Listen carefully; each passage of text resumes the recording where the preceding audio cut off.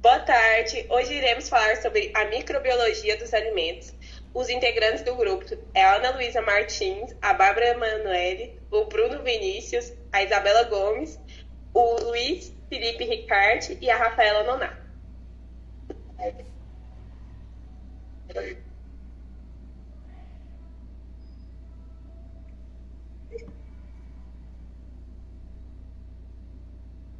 Vamos começar falando sobre o empacotamento asséptico. O empacotamento asséptico ele é um processo utilizado na indústria de alimentos e bebidas para garantir a segurança e a qualidade dos produtos durante seu invase. Esse método ele vai envolver a manipulação e o invase dos alimentos, líquidos ou produtos farmacêuticos em um ambiente estéril, a fim de evitar a contaminação microbiana. Aqui eu trouxe algumas imagens do empacotamento e do invase asséptico. No empacotamento asséptico, tanto a embalagem como o produto, eles vão ser esterilizados separadamente antes do invase. Isso é feito por meio de métodos como esterilização a vapor, tratamento térmico, radiação ou uso de agentes químicos esterilizantes. Os materiais de embalagens como caixas, sacos ou recipientes também passam por um processo de esterilização antes de serem utilizados.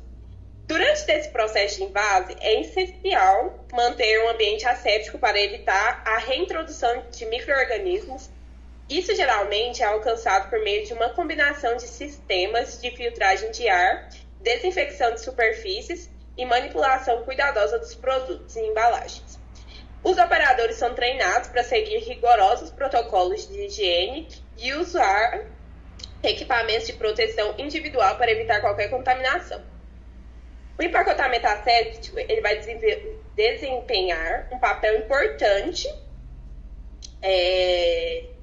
na garantia e qualidade da segurança dos alimentos e produtos farmacêuticos, permitindo que eles cheguem aos consumidores nas condições ideais, preservando suas características originais e minimizando os riscos de contaminação. Aqui eu trouxe uma imagem de como é o sistema de invase asséptico. Eu trouxe aqui também as vantagens do empacotamento asséptico, que vai ser a capacidade de prolongar a vida útil dos produtos sem a necessidade de aditivos ou conservantes químicos, a preservação do sabor e da qualidade nutricional dos ambientes, a garantia da segurança alimentar e ele possibilita a comercialização de produtos em diferentes tamanhos e formatos, oferecendo a conveniência aos consumidores. Esse método ele vai ser amplamente utilizado em indústria de bebidas, como sucos, leites, néctares, chás e bebidas esportivas. Além disso, é comum em alimentos líquidos, como sopa, molhos, caldos e alimentos para bebês, bem como em produtos farmacêuticos, como xaropes, soluções injetáveis e produtos oftalmológicos. O empacotamento asséptico ele vai desempenhar um papel importante, igual eu falei anteriormente, na segurança e na qualidade dos alimentos. Bom dia, eu sou Luiz Felipe e vou falar sobre a radiação e preservação de alimentos industriais. Para começar com essa apresentação, é muito importante a gente entender como funciona a irradiação de alimentos. E a irradiação de alimentos é uma técnica para preservação e desinfestação dos alimentos submetidos a doses controladas de radiação ionizante. Seja essa radiação por Césio-137, cobalto 60, até mesmo raio-x. E a finalidade dessa irradiação nos alimentos são a inibição do brotamento, o atraso no processo de maturação e a desinfecção de insetos e desinfecção de parasitas. Também, que é o nosso foco, é a redução da carga microbiana no alimento. Com essa radiação, seja ela gama ou beta, pode acabar matando alguns micro-organismos presentes nesse alimento e, assim, com a redução de fungos e podendo aumentar o tempo da duração desse alimento pós a colheita. Ou seja, o alimento vai ter uma maior durabilidade no seu estado são após a sua colheita. E uma grande vantagem dessa tecnologia é que ela pode ser produzida depois do alimento já embalado. Então, assim, evita bastante a recontaminação com micro-organismos. E eu pesquisei na literatura, eu achei um estudo onde se utilizou mamão como experimento e irradiaram com mais ou menos 0,75 kg gás. E com essa irradiação, o mamão que dura mais ou menos 6 dias maduro para começar a ter uma perca na sua estrutura, levou em torno de 17 dias. Ou seja, foi um resultado muito gratificante, que praticamente triplicou o tempo da duração daquele mamão. E, além dessa técnica de preservação, existem várias outras, como enlatamento, congelamento, secagem, a pasteurização. Só que a maior vantagem dessa técnica é que ela pode ser feita depois da colheita do alimento e também ela pode ser feita com o alimento já embalado. Então, ela traz diversas vantagens, tanto para auxiliar no transporte do alimento, como até mesmo em casos de países como a Europa, que alimentos que têm maior facilidade de se desenvolver num país do que no outro, pode sim ser feita essa irradiação em outro lugar. E o porquê da importância dessas diversas técnicas, principalmente da irradiação, é para evitar a perca de alimentos. Porque, quando pesquisei, mostrava que cerca de 40% da produção global de alimentos é desperdiçada. E com essas técnicas de prevenção, pode-se evitar desperdício, tanto no transporte, como até mesmo nas prateleiras, que é onde acontece o maior desperdício pelo apodrecimento do fruto, ou diversos outros fatores, o mofo, que é um micro-organismo presente no fungo. E tem um certo preconceito com o processo da irradiação em alimentos. Esse preconceito se dá pela falta de informação, pois com a irradiação, o alimento continua sendo seguro, porque ela não deixa resíduos no alimento, nem libera material radioativo no meio ambiente. E todo o processo sempre é monitorado e muito bem certo, assim, muito cuidado para garantir uma eficácia boa desse processo. Então não apresenta risco nenhum à saúde e o alimento continua com o seu mesmo pH, mesmo teor, mesmo sabor.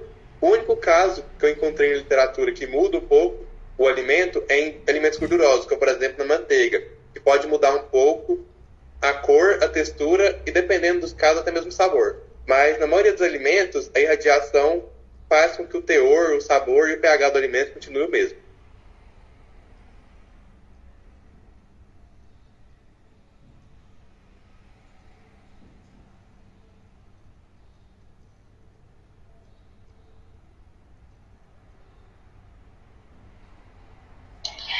A preservação de alimentos por alta pressão é também conhecida como tecnologia de pressão hidrostática, e ela é uma técnica moderna utilizada para prolongar a vida útil dos alimentos sem a necessidade de aditivos químicos ou altas temperaturas. Ela se utiliza de pressões altamente geradas acima de 100 megapascal para inativar micro-organismos, enzimas e outros agentes presentes no alimento. O processo de alta pressão é capaz de inativar ou retardar o crescimento de micro-organismos, como bactérias, leveduras e fungos, bem como destruir as enzimas que podem causar a deterioração desses alimentos. A pressão, ela causa dano na membrana celular e interfere no transporte de nutrientes ou metabolitos dentro dos micro-organismos que podem causar essa deterioração dos alimentos. Uma das principais vantagens é a manutenção da qualidade e das propriedades originais dos alimentos. A alta pressão, ela preserva melhor as características sensoriais. Ou seja, os alimentos vão continuar com a mesma textura, o mesmo sabor, a mesma cor, não vai alterar com esse método. E a ausência de aditivos químicos também, como eu disse anteriormente, é o que faz esse método ser muito satisfatório, pois não há necessidade desses aditivos para que aconteça essa preservação, ou seja, ele é um método mais natural. E é importante destacar que a preservação em alta pressão não é eficaz para todos os tipos de micro-organismos. A maioria das aplicações dessa técnica, elas são em carnes tanto de bovinos quanto aves. Ela preserva todo tipo de carne. Sucos e bebidas também, para preservar a cor e os nutrientes naturais presentes. Produtos lácteos, que garante a segurança de micro-organismos em iogurtes, queijos e leites, preservando a qualidade sensorial.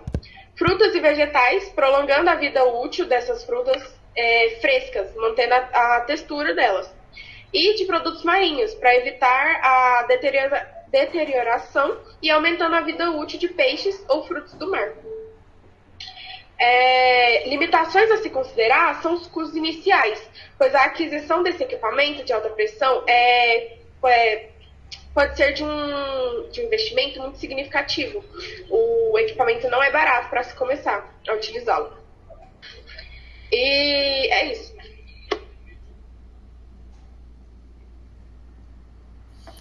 Alimentos enlatados industrialmente.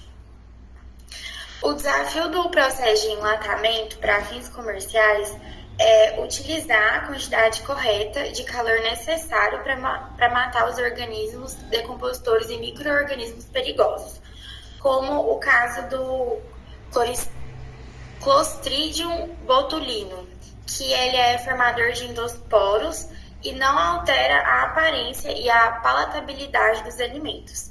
Assim, muitas pesquisas são realizadas para determinar o aquecimento mínimo exato que irá atingir os dois objetivos, de alterar a aparência e a palatabilidade dos alimentos. O enlatamento de produtos industriais é muito mais sofisticado tecnicamente que o enlatamento caseiro.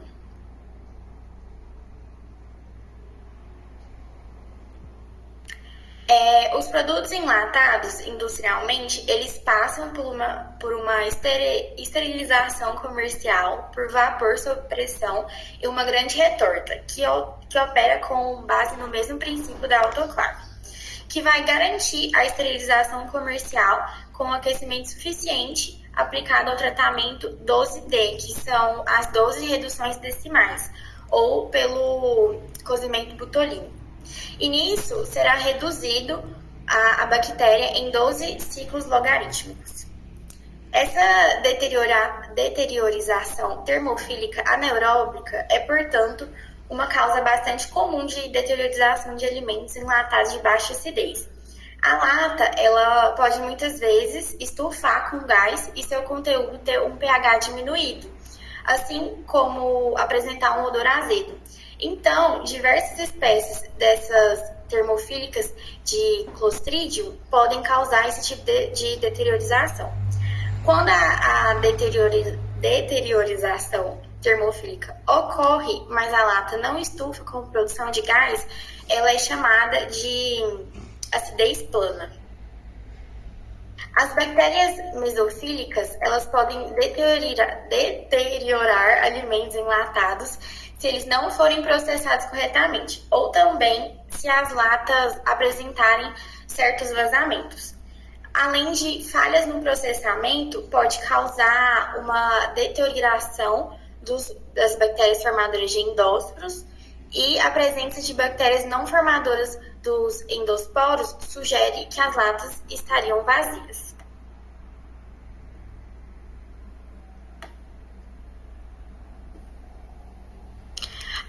A deterioração oriunda de falhas no processamento ou do vazamento da lata pode produzir certos odores de putrefação, ao menos em alimentos com teor de proteínas, e ocorre em temperaturas normais de armazenamento.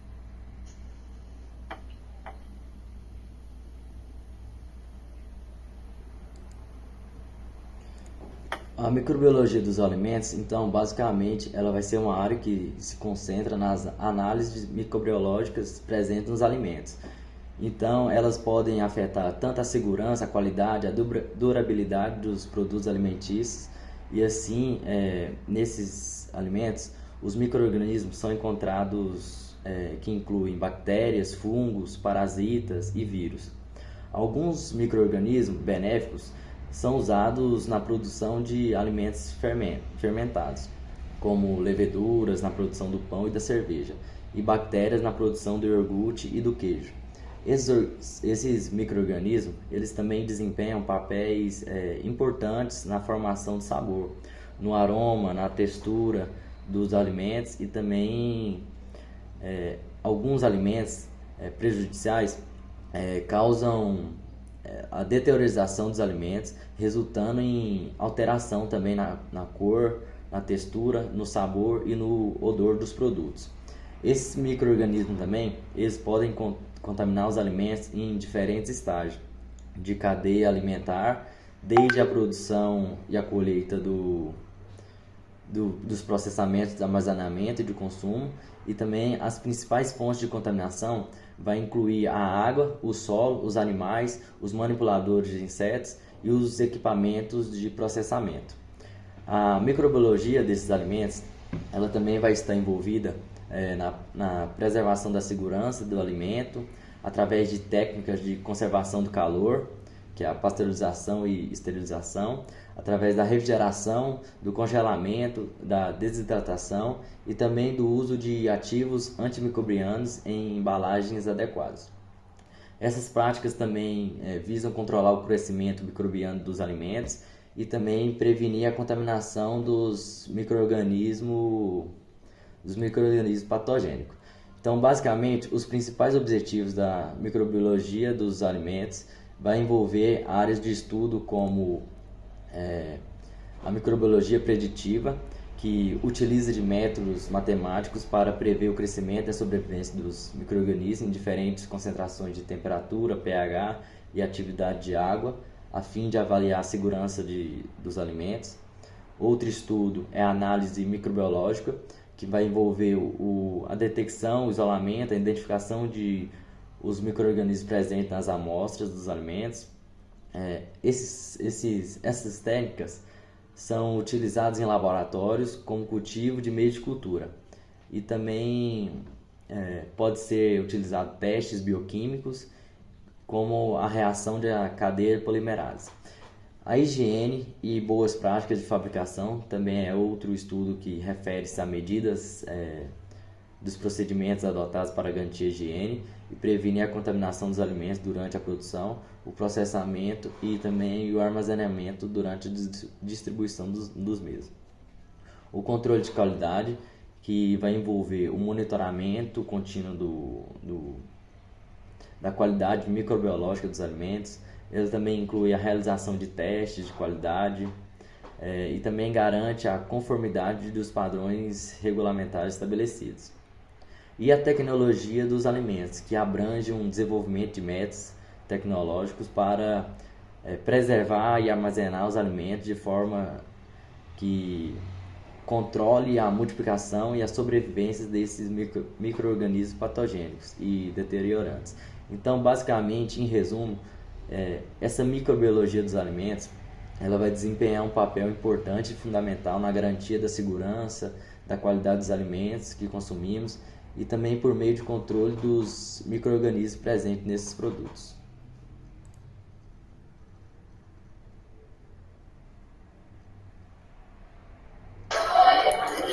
Alimentos e a doença.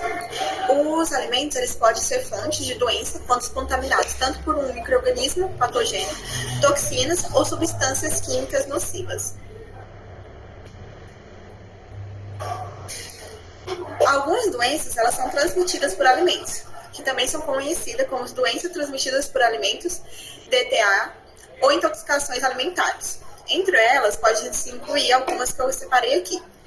A salmonelose, que é uma doença causada pela bactéria salmonella, e ela é geralmente encontrada em aves, ovos, carne crua, leite não pasteurizado e outros alimentos contaminados. E os sintomas incluem tanto diarreia, cólicas abdominais, febre e vômitos.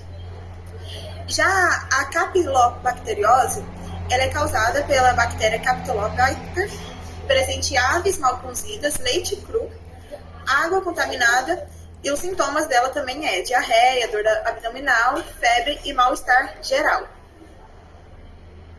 Já a intoxicação alimentar pela bactéria Escherichia coli, algumas cepas dessa bactéria ela pode causar algumas doenças, porque alguma dessas cepas produz uma toxina perigosa e ela pode ser adquirida através de carne mal cozida, produtos lácteos não pasteurizados, água contaminada e vegetais crus, lavados inadequadamente. E os sintomas parecidos: diarreia, cólicas abdominais e febre. O botulismo, ele é causado por uma toxina de bactéria também, da bactéria Colistridium botulinum, geralmente encontrada em alimentos enlatados inadequadamente, como vegetais, peixes, mel. E os sintomas podem incluir tanto fraqueza muscular, visão turva, dificuldade para falar e respirar, e pode levar à paralisia, em casos graves até à morte. Já a intoxicação alimentar causada pela bactéria Staphylococcus aureus, ela produz toxinas que estão presentes em alimentos, produtos lácteos, carnes mal processadas, ovos, maioneses, e os sintomas são basicamente os mesmos: náusea, vômitos, cólicas e diarreia.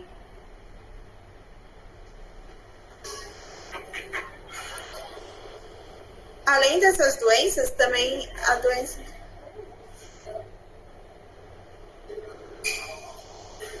Além dessas doenças, há doenças relacionadas com intoxicação, como as da toxina por marisco, onde nesses mariscos estão presentes toxinas liberadas por algas marinhas, o que pode causar intoxicação.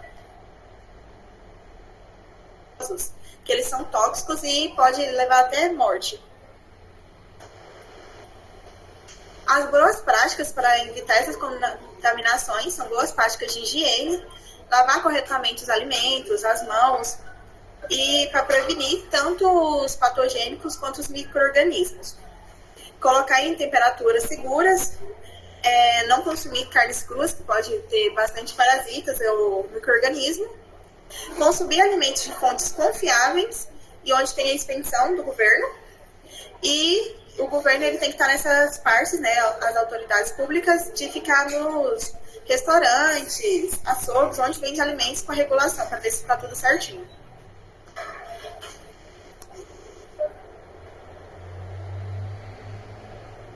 Conclui-se, portanto, que a microbiologia é de veras importância para a nosso dia a dia, o nosso cotidiano com os alimentos, até que vai da prevenção de uma doença, por exemplo, até mesmo a preservação de um alimento. Então, diversos fatores que alteram os alimentos do nosso dia a dia estão ligados com a microbiologia, como, por exemplo, um pão malfado, algo assim.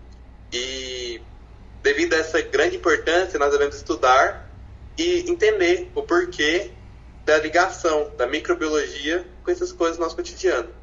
É isso, agradecemos por ter ficado até aqui. Obrigado.